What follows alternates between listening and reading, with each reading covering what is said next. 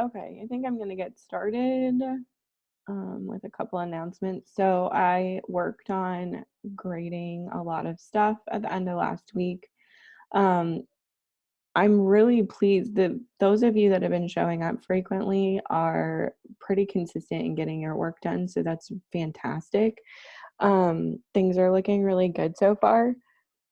Just as a reminder, when you're in iReady, if the things are still popping up, the little the list of things you need to do, then you need to click on them again and make sure that you completed all parts. Like there's a quiz after the lesson. There's like the lesson and then they make you practice, and there's a quiz after that. So make sure you complete the quiz, because that's the part that will show up as like how much you understood. It'll give me a percentage. So mostly for fifth grade, you guys are doing a pretty nice job.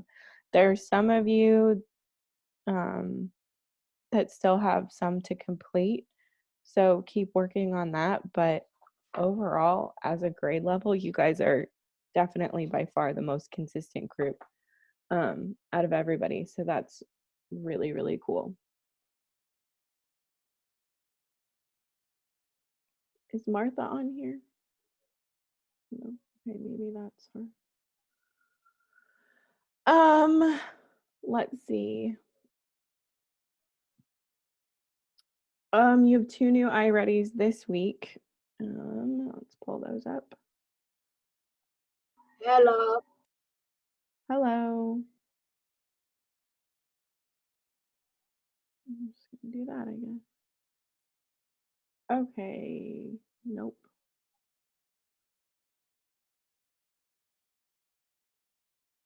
This is what I wanted.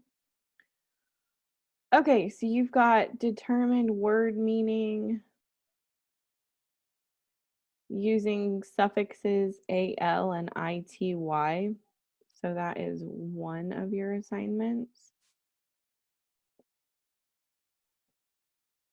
And then your other one is theme of a story, which is what we're going to kind of start talking about today. Because the theme in The Fisherman and His Wife is pretty right there. So I just wanted to talk about how we find theme in a story. Okay. Let me make sure I have everybody listed.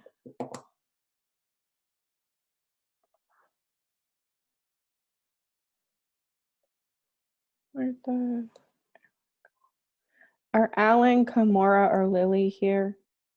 Or Noel, or Rama, or Xander? Okay. How about Israel or Xavier? No. Okay, cool. And then I got everybody. All right, so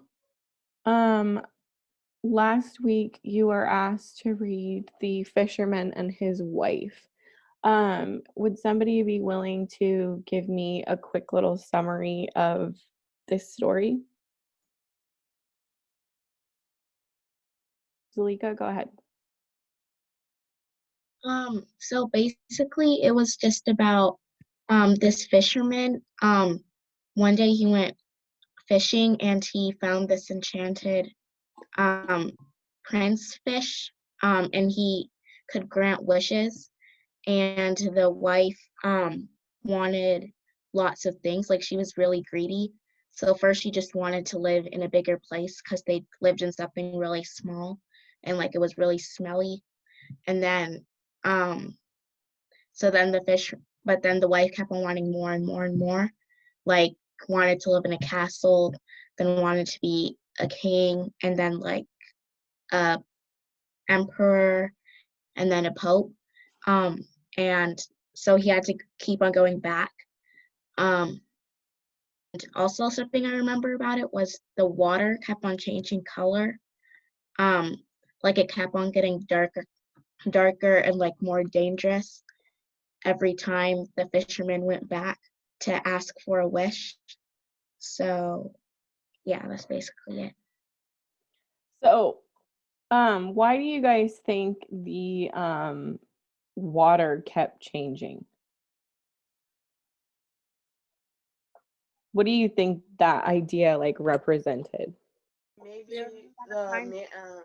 maybe it was because the woman was asking for too much, and every time he kept on asking the fish, it would get maybe it lose its powers, like Maybe, get weaker and weaker. maybe. Maybe it was a warning Warning about what? that he would leave soon, so his wife wouldn't be able to grant any more wishes. Perhaps, perhaps. It might be a sign that there's like a limited time that you can wish. And then Yeah, maybe. Aiden. It's a sign that the fish is getting mad and irritated and annoyed. Perhaps. Yeah. Yeah, I'm not sure there's like a right or wrong to that. Are there any other like fairy tales or stories or characters that the wife reminds you of?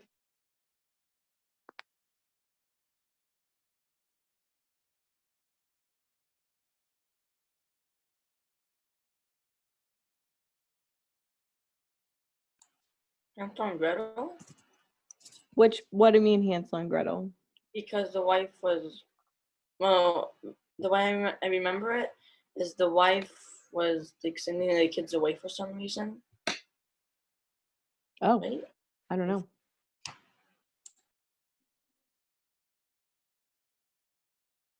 It made me think of Jafar from Aladdin. Like when he finally gets the genie, he's like, I want to be sultan. I want to be a really wealthy sultan. I want to be, oh, I want to be, no, I want to be a sultan. I want to be a sorcerer. I want to be a genie. Like it just, what he had was never good enough. And that's kind of what the wife reminded me of. Like, and the fisherman was just like, I don't know why you want all this stuff. Like everything's great. Why do you need more? Jude? I don't know why, but it kind of reminds me of Rumpelstiltskin. Oh, explain. Which part? Like I feel like it reminds me of how like the person who like Rumpelstiltskin, the person who kept on asking him to help and she was giving stuff. I don't know why, it just reminds me of it. Yeah, I think it's like this need for power. Like he kept, I don't know if any of you have ever seen the show Once Upon a Time, but like in that show for sure, I don't know this fairy tale story of Rumpelstiltskin enough, Jude, so you might know more than me about that, but in that show, like he was always looking for more and more power, just constantly trying to get more and trying to be better, and it was just kind of ridiculous because he would push everyone away. I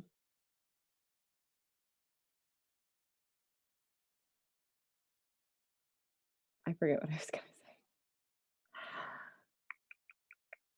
How did the husband feel about this?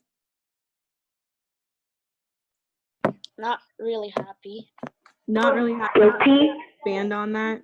Because they already didn't want to do it. Asking for too much. He felt she was asking for too much. Yeah. I think he felt guilty. He felt guilty. Okay, Aiden. I think he was a little scared of the fish doing something to him or his wife. Well, both of them. Yeah, I mean, I would be scared, especially with like the sea always changing and stuff, which was really weird. Zalika, did you have something? I was gonna say scared. Yeah. The other thing that kind of caught my eye, and I know this was not their intention back in 1812 when they wrote this, But now to me, it seems like an allegory, which is like a story that has deeper meaning, and relate it like, how do I explain allegory? It's a story, but it relates to something in real life. So to me, this has now become an allegory for like climate change, because as humans, we're kind of like the wife, like we want more, we want more, we want more. So back in, 1812, there was still farming. It was before the Industrial Revolution. And but humans had gone and conquered other peoples and taken more land, and then they were, emperors, and they're like, oh, this isn't enough, I want this, I want more, I want more. And as humans, we keep taking more and more resources, and it's causing climate change. So to me, now this story could represent something more than just like greed doesn't get you what you want all the time. Like, you're just going to keep being greedy. And as you take more and more and more, it's going to affect the things around you, like our planet. I don't know if anyone else kind of noticed that. If the fisherman didn't like his wife doing that, why didn't he just wish for his wife to stop it? Wish to the flounder so that he could stop Yeah. instead of doing the wife's wish. Or wish for a better wife. Kind of scared of the fish. That's a good question, Nick. I don't know that I have the answer to that. Aiden. Well, what if he wasn't thinking clearly to ask the question to the wife about to the fish to stop his wife from doing it? Like, he was scared and he wasn't thinking clearly, probably. That's perhaps a thing, sure. Couldn't he just divorce her? Yikes, you know what? I bet back in the day in 1812, no. He couldn't wish for a better wife? You know what? I don't know. Madam Ottaway. Yeah. I think the reason he didn't wish for her to stop was because it seems like he was kind of scared of the fish. So maybe he was like, maybe if I do another wish, something will happen. So maybe I don't want him to do another wish. Yeah, I don't know. And then he ended up wishing for more stuff for his wife. I don't know. I don't know that there's an answer to that. I mean, this is kind of, I'm sure we could write more about it, like write our own next step.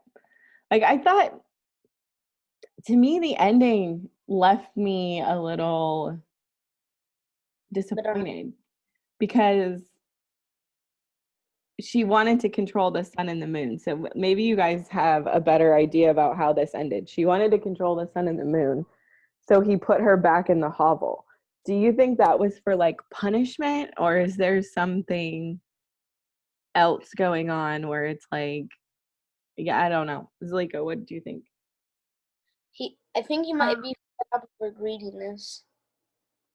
I think it was kind of for punishment, and like so she can be more grateful because she got all that stuff, but then when he put her back with what she originally had, then she might be like more grateful.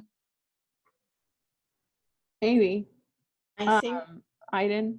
I think it's because the fish was thinking that she was getting too much power, and that he was scared that something bad would happen with controlling nature, like God. Maybe.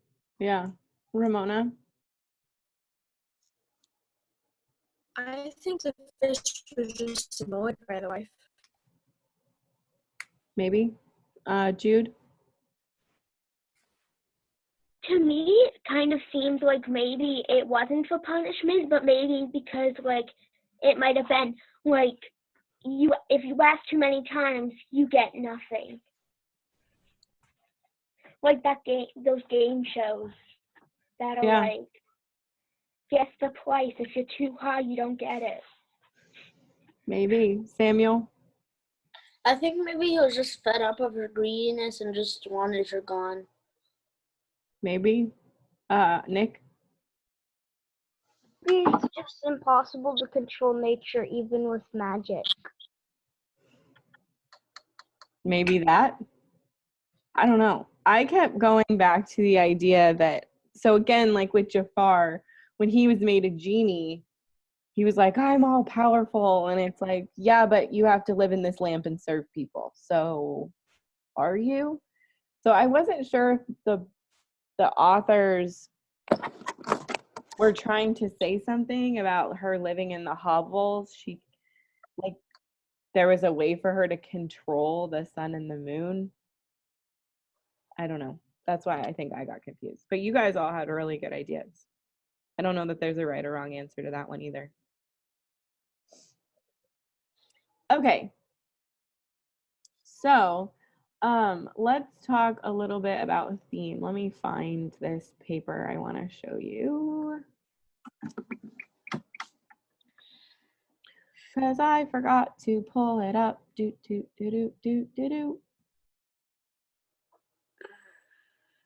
I'm going to just start writing songs, guys. They're all going to start with do, do, do, do, do. What do you think? It's a good second career. Yeah, sounds great. Could be called the Doot Doot. The do. That'll be the album title. What would be your like catchy name? What would be my catchy name? I don't know. Maybe I need like a whole band.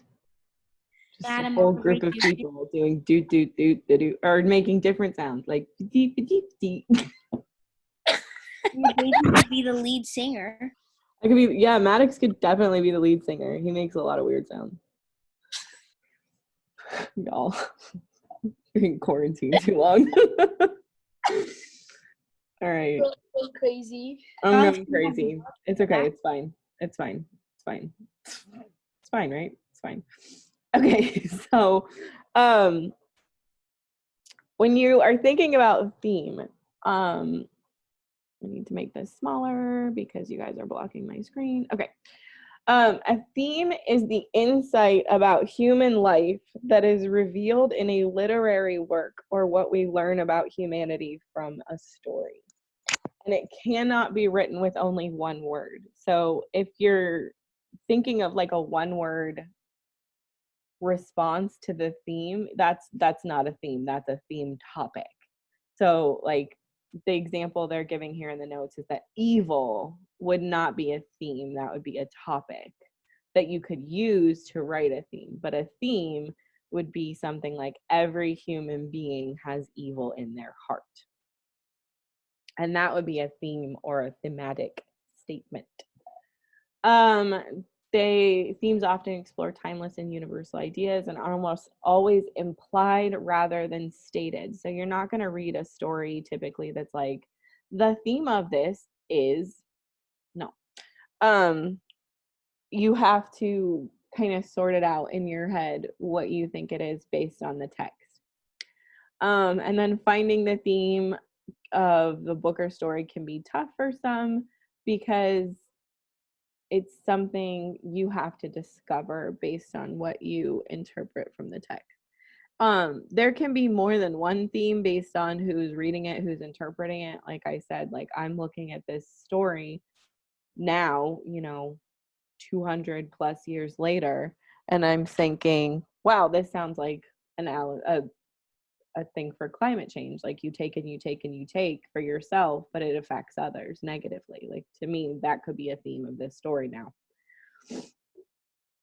So here are some examples of a topic and then the theme that goes along with that. So like journey, if you're using a topic, journey, a theme might be most journeys lead back home, or suffering. Suffering is a natural part of the human experience. Loss of innocence. Do you guys know what that means? Loss of innocence. Going to jail? No. Good thought though. A loss of innocence is like when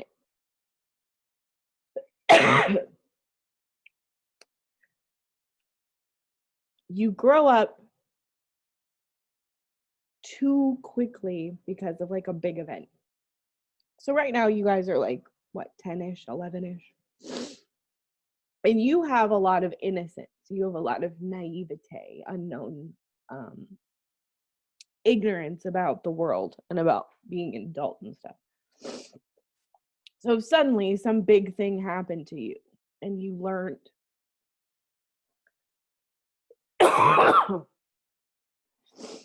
Things coronavirus. no, I have allergies. See how my eyes are watering from my coughing? It's just my stupid allergy. No fever. Okay. So like this whole coronavirus thing where you guys have to be quarantined, it's like a painful situation. It's challenging, and it might lead to you guys losing some of that naivete, that innocence that you have just because you're, still children. So that's what that means. So like this is painful situations can lead to a loss of innocence. So like all of a sudden, you know more than you're supposed to know at that age because of some tragic event. Okay, moving on. Themes are universal, so they are going to apply to more than one piece of literature. And you need to make sure that it doesn't only apply to this story. So when you're writing a theme, when you're interpreting theme, it needs to be something that's broad and general and not like in Finding Nemo, Marlin learned blah, blah, blah. It can't be that. You can use those ideas to kind of start writing the theme, but then you need to use words that make it more general and more broad. So it is a moral or a universal lesson. That's fine, Julia.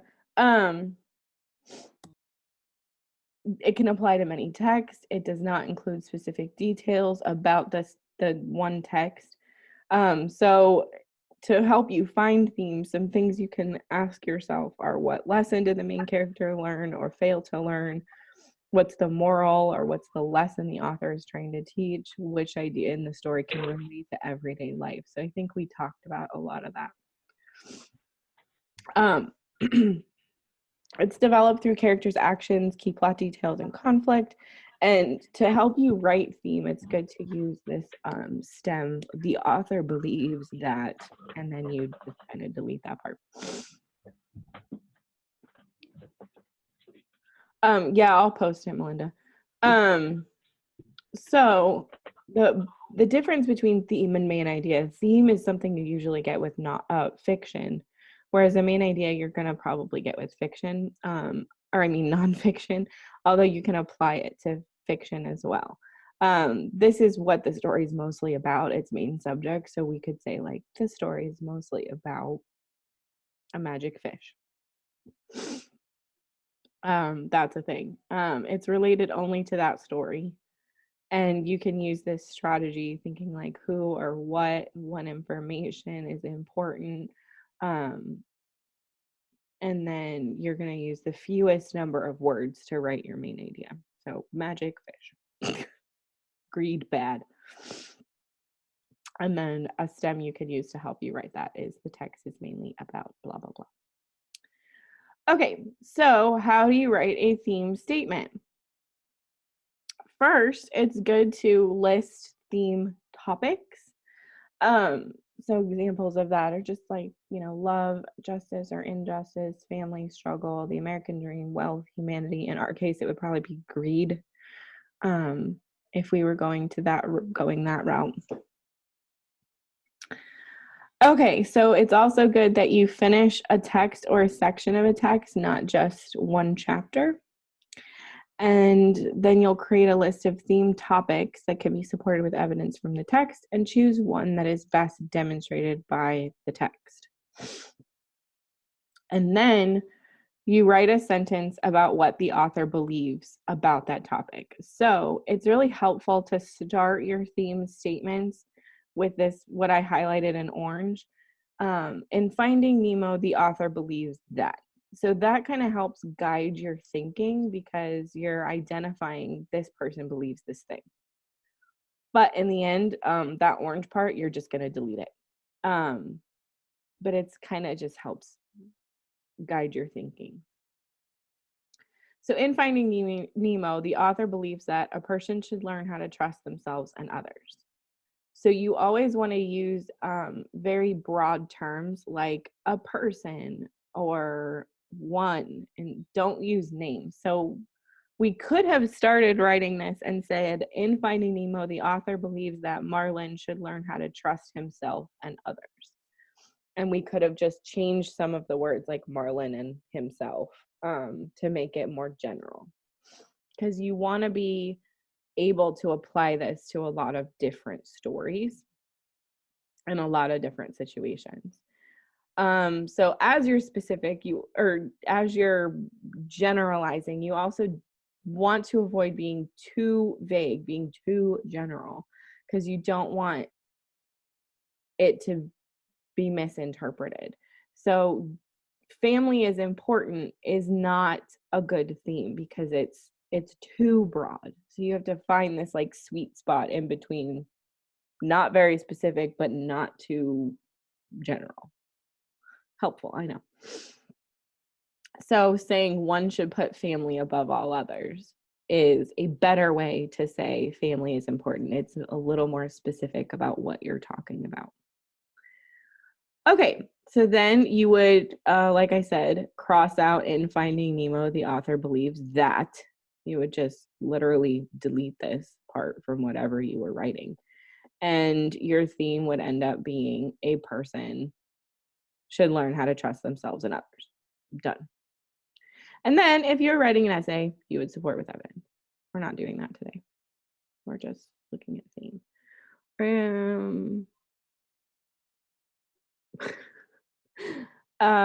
So good question, Melinda. I'm showing you this because we're going to write a theme. Here, I'll post this because I definitely forgot.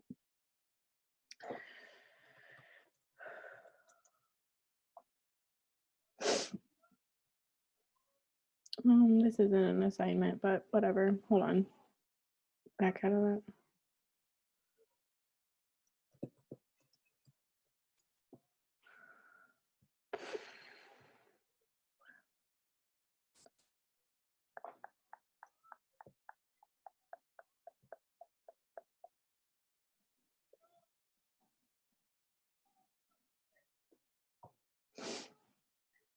Okay, so those are up there now.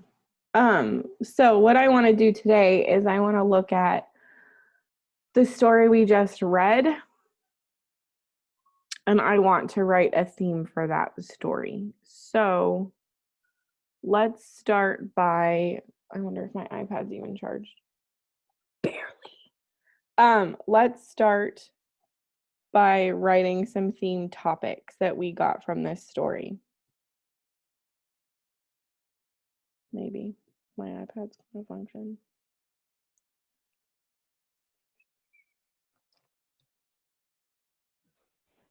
Greed is bad. Greed is bad.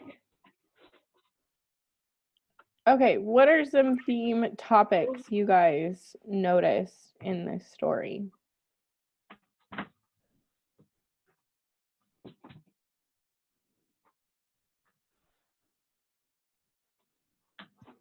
Greediness?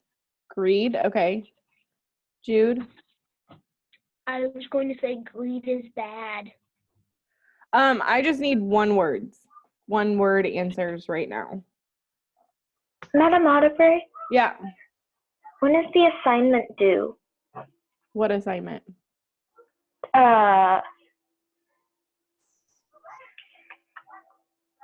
I haven't given you an assignment. So, never. No assignment yet. Okay, so we've got greed, Ramona. Selfishness. Okay, Samuel. Power. Power. Anybody else have something?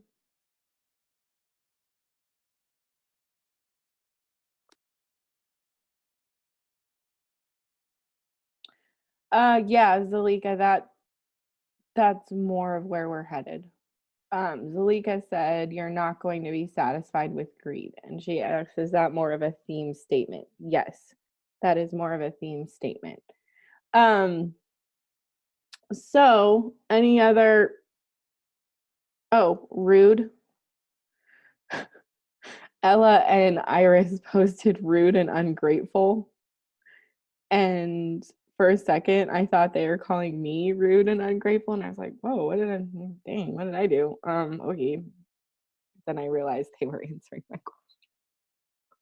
question. Cool. Okay, good job. So that's a decent list. So which one of these words do you think we have the most support for in the story? Greed.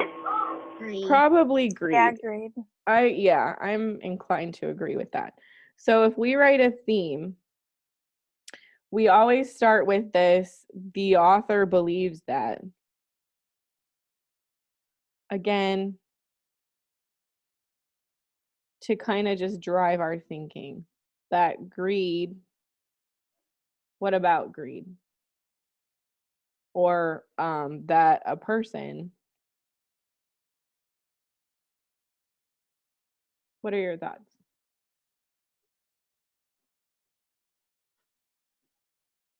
Zalika? Won't be satisfied with greed. A person won't be satisfied.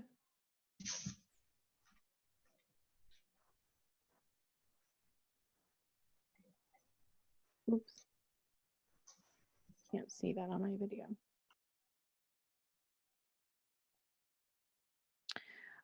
Is it the greed or the results of greed that they're not going to be satisfied with? The results of greed. The results.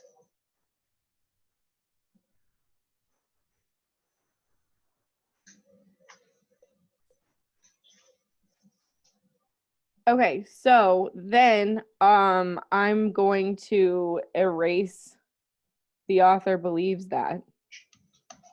And now we just have our theme is a person won't be satisfied with the results of their greed. And that can apply universally. And so you could think about like kids. Sometimes kids are like, can I have a new Xbox? And your parents are like, sure, here's your new Xbox. And then you're like, oh, cool. Now I'm bored with this. Can I have a PlayStation? And they're like, sure, here's a PlayStation. And you're like, okay, now I'm bored with this. Can I have a Nintendo? Oh, sure, here's a Nintendo. Okay, now I'm bored with this. Can I have a hoverboard? Sure. Now I'm bored with this. Can I have an iPhone? Sure. Does anyone's parents do that? Because I doubt it. No. No. Never in a lifetime. No. Never in a lifetime. But as kids, as humans, you know that you ask for stuff, and if the stuff you ask for is reasonable and you get it, there comes a point where you're like, okay, now I want new stuff. Samuel? Yeah, but I want to say something. If you get bored of something in like a month, that's weird. I wasn't giving a timeline. But you do it. You outgrow things. It's not like you're still sitting around and playing with the teething toys you used when you were 10 months old. Like, we're continually wanting new stuff. I'm sitting here looking at my laptop, like, probably gonna need a new laptop soon. Is mine broken yet? No. Is it old? Yes. So it's a thing I need to start thinking about. But you all know you've done it. You've all done it. Can't say that you haven't. Iris, was your hand up? Oh no, that was from a little bit ago. Okay. So I think this idea applies universally. Although I'm not saying that we're all walking around being greedy, because we're not asking. We don't have something for 5 seconds and then we're like, okay, I'm done. I want something new. But we are always out here wanting something new, wanting the latest whatever. Like, why do you think Apple makes a ton of money? And that's okay. But this lady was like, I want a bigger house. No, I want a bigger house. Okay, now I want to be king of all the things. Okay, you know what? That's not good enough. I want to be emperor. You know what? Not good enough. I want to be pope. You guys know who the pope is? Did you even get that? Yeah, I know what a pope is. Well, the pope. I know what The pope. There's only one pope, so I don't There's know. only one pope at a time. Mhm. That's true. He is the leader of the Catholic faith. So he, according to Catholics, is like there's God and then there's the Pope, and like he has like a direct line to God, and he like helps run all of the Catholic priests and bishops and blah blah blah. If he does Well, have to be Pope, then what happened to the other Pope? Like, did they just They vanish? retire or die. Yep, Okay, Julia. that's accurate. does When the you're Pope Pope, you're Pope for life. So Like when you're like popes are really old. No offense. that's not offensive. They're old. I don't think they even get a life. They don't even get married, I'm pretty sure. No, Oh, because popes always start out as Catholic priests, which they're not allowed to get married. So And then, they basically what bishop, popes say if you're lucky, they get to they can't do anything. Like they just give up their lives to the church, stuff like that. Yep. But they did that years and years and years ago. Like when they vow to become priests, that's what happens. Anyway, the point is that Pope, in a way, back in 1812, was probably more powerful than the emperor because the emperor probably listened to the Pope. So being the Pope would have been like the most powerful human you could have been on the planet at that time. And then she was like, you know what? No, I want to control the sun and the moon. That's not good enough. And even that, if she had gotten that wouldn't have been good enough. Like she never would have been satisfied. So that's a really good theme. Okay, so Can I finally ask my question? oh yeah, I didn't know you had one. Is your hand up? My little thing. Yeah, I was trying to speak for a minute. My bad. Go for it. But, does the Pope have to be a guy? Yes. That's not fair. You know what? Nope. But in the Catholic faith, they still do not let females become priests. So you can only be pope if you've been a priest and then a cardinal, a bishop, and then a cardinal, and a blah blah blah blah. You have to like rise through the ranks of holy man. Samuel, do you have a question? No. Okay. All right. So 12 years before you can actually become a priest. Like study it for 12 years. Yeah, it's a process. Okay, so I'm going to give you a new common lit to read. It'll be due by next class. We do have something that's due. You know what? You're right. We do know. I decided we have a thing. Okay, so it's called The Two Travelers. And when we meet on Thursday, next Tuesday, we'll talk about it, but Thursday we'll do something else. Who knows what, but we'll figure it. Okay, just adding this.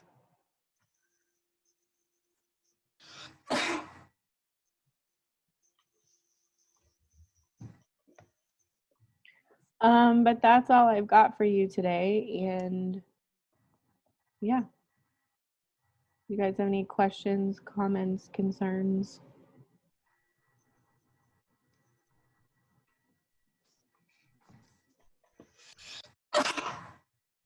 What are we Nope. doing for math? Dude, I have no idea. Okay.